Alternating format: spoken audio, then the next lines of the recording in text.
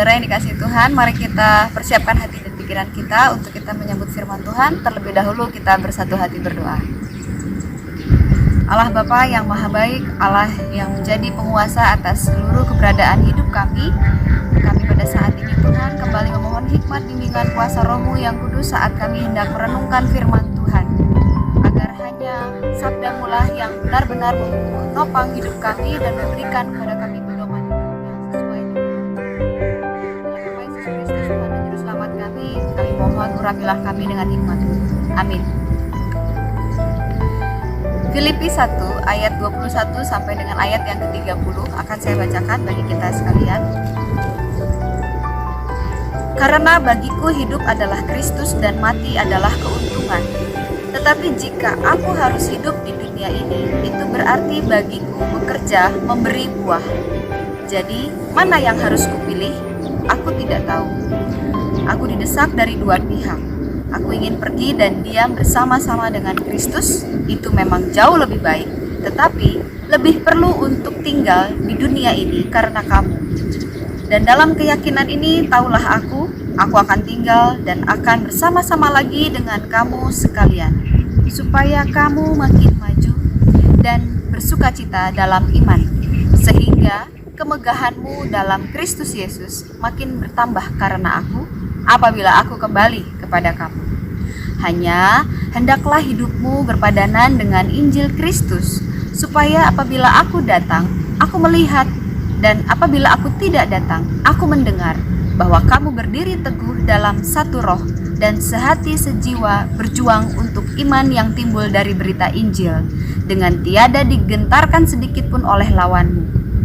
Bagi mereka semuanya itu adalah tanda kebinasaan, tetapi bagi kamu tanda keselamatan, dan itu datangnya dari Allah.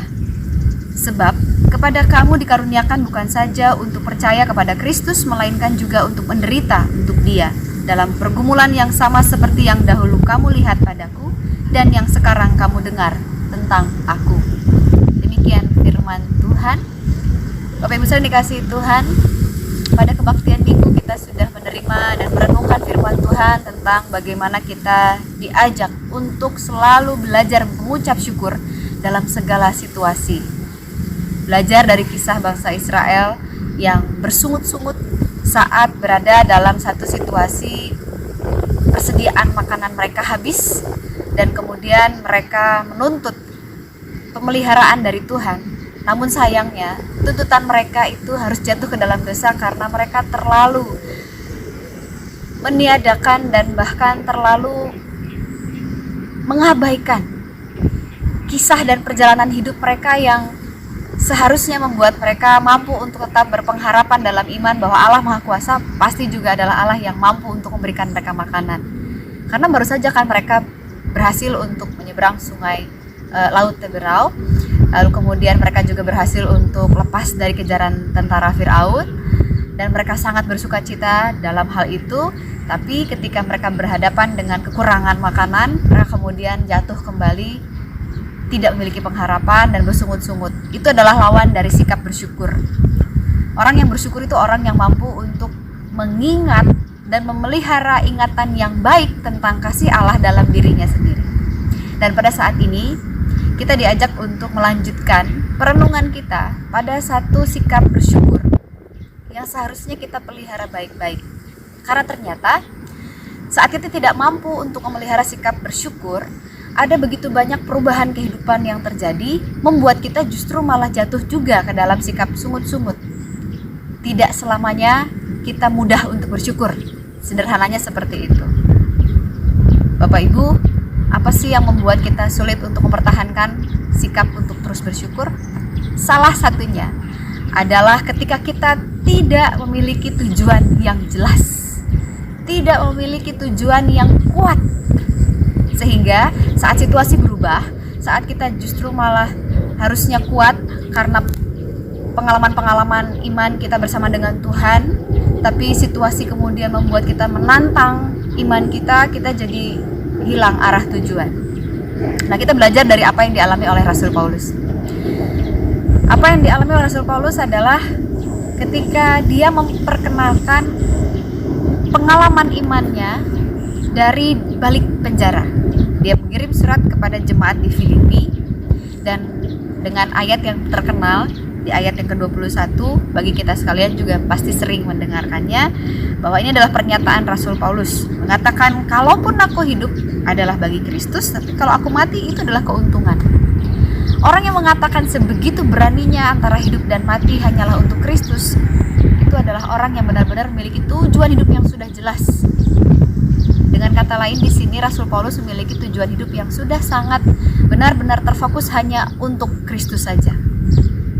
Tapi kalaupun juga dia mati, tidak berhasil dia keluar dari penjara, bagi dia pun nggak masalah. Karena ternyata kalaupun dia mati, dia bisa bersama-sama dengan Kristus. Itu berarti baik hidup maupun mati, Rasul Paulus tetap ingin menuju pada satu tujuan yang dia pegang, yang dia ingin capai dari dulu, yaitu adalah bersama dengan Kristus atau memuliakan Kristus. Jadi kalaupun memang harus mati, nggak masalah, nggak takut. Tapi kalaupun juga harus melanjutkan kehidupan yang penuh dengan tantangan, persoalan saat dia melakukan penginjilan, bagi dia pun tidak masalah. Karena itu berarti dia harus meneladani keteladanan hidup Kristus dan menjadi buah pelayanannya itu bagi banyak jemaat yang dilayani. Di sini kita melihat bagaimana Rasul Paulus mengajak kepada kita sekalian untuk melihat bahwa hidup ini tidak bisa kita kendalikan. Situasi berubah dengan cepat tanpa kita sadari, bahkan kita juga sadar kita tidak bisa mengatasi semua hal yang kita hadapi. Tetapi satu hal yang pasti, tentukan tujuan hidup kita. Kalau kita tidak punya tujuan hidup, kita akan mudah untuk jatuh dalam kesedihan, kita mudah untuk jatuh dalam sikap emosional, entah itu marah, bahkan akhirnya kita malah berbuat dosa melalui perkataan ataupun juga perbuatan tanpa kita sadari. Bukankah itu justru malah bertentangan dengan kehendak Allah? Nah, bagaimana caranya untuk memelihara rasa syukur? Rasul Paulus ya tadi itu mengajak pada kita untuk, makanya kalau hidup itu punya tujuan, dan tujuannya pun harus benar-benar jelas. Contoh, seorang pemuda, dia memiliki satu tujuan hidup di masa mudanya adalah ingin segera menikah. Dan ada satu kebiasaan yang dia lakukan setiap pagi-pagi, yaitu mengantarkan ibunya pergi ke pasar menggunakan sepeda. Mengayuh sepeda sampai di satu titik ada jembatan yang agak menanjak, dia suruh ibunya, turun mah, berat. Lalu setelah lewati tanjakan, ibunya suruh naik lagi, baru kemudian sampailah di pasar. Begitu setiap pagi, sampai satu ketika dia berjumpa dengan seorang perempuan cantik, berkenalan, lalu kemudian dia mengantarkan perempuan ini ke pasar. Rutenya sama seperti mengantarkan ibunya. Ketika mengantarkan ibunya ke pasar harus melewati sebuah tanjakan, dia meminta ibunya untuk turun. Kali ini dia bonceng pacarnya, pakai sepedanya, dia kayuh, tapi di tanjakan itu dia sama sekali tidak minta untuk turun, neng, capek gitu ya, enggak sama sekali. Dengan segenap tenaga, kekuatan yang ada, dia kayuh sepedanya dan mengantarkan pacarnya sampai di pasar yang sama dengan yang dia antarkan ibunya ke pasar itu. Kita melihat bahwa ketika orang punya tujuan hidup, seluruh keberadaan dirinya itu tiba-tiba langsung memiliki kuasa atau bahkan mampu istilahnya untuk mengatasi segala persoalan yang ada. Tanda tanyanya kemudian kalau dari ilustrasi tersebut ya, setelah menikah dan melewati banyak sekali rintangan, apa selanjutnya? Apakah dia akan mempersilahkan istrinya itu untuk turun saat tanjakan ke pasar, atau tetap dibonceng begitu saja dengan tenaga yang ada? Pengalaman Bapak Ibu dalam berumah tangga yang akan menjawab sendiri. Tapi dalam hal ini kita kembali merenungkan kembali bahwa saat kita mengucap syukur yang lahir dari tujuan yang tepat, yang lahir dari pengalaman-pengalaman indah bersama dengan Tuhan, akan membuat kita tuh mampu melewati banyak persoalan. Kalau kita benar-benar mau memelihara rasa syukur itu sendiri, dan kita benar-benar mau memelihara, menetapkan tujuan yang tepat, tujuan yang benar-benar menguatkan seluruh keberadaan hidup kita. Sebaliknya, ketika kita hidup tanpa memelihara pengalaman iman yang baik bersama dengan Tuhan, tanpa kita punya tujuan yang jelas, hidup kita pun akan mudah sekali terombang-ambingkan oleh berbagai percobaan. Maka disinilah nasihat Rasul Paulus untuk tetaplah berjuang. Teladanilah Kristus yang jelas-jelas dalam kehidupannya dia tahu akan hidup sebentar saja, sekitar 33 tahun Yesus hidup di tengah dunia dan akan mati, menderita. Kita lihat dan kita saksikan dalam Injil tidak ada satu kalimat pun Yesus bersungut-sungut dan mengeluh. Karena apa? Karena dia benar-benar hidup berpijak pada tujuan yang jelas. Jadi kalaupun mati dengan menderita, itu dia jalani, bahkan menjadi berkat bagi banyak orang yang beriman kepadanya. Itulah panggilan kepada kita sekalian. Maka jangan berhenti untuk bersyukur. Dan ketika kita berhadapan dengan tantangan untuk bersyukur, jangan mudah menyerah.